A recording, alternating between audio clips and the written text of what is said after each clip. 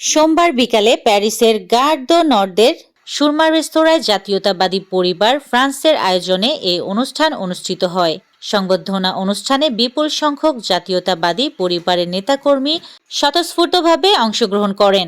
France যুবদলের সহসভাপতি শাহ ডালিমের সভাপতিত্বে ও যুগ্ম সাধারণ সম্পাদক শরীফ আহমদ শেবুলের পরিচালনায় আয়োজিত অনুষ্ঠানে প্রধান অতিথি হিসাবে উপস্থিত ছিলেন ফ্রান্স বিএনপির সাবেক তথ্য ও প্রযুক্তি বিষয়ক সম্পাদক জাহিদুল ইসলাম শিপার।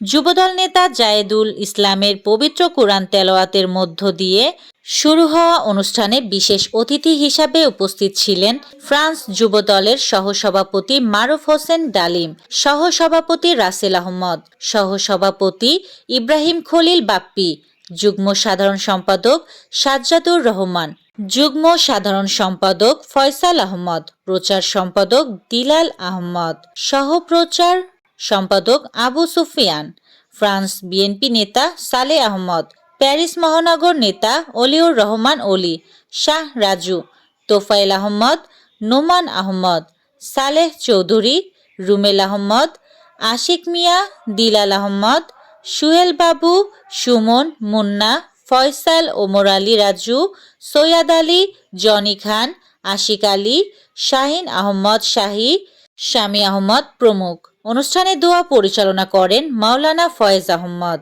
বিশেষ প্রতিবেদনে ছিলাম আমি ইয়াসমিন আক্তার, সুরমা টিভি 24।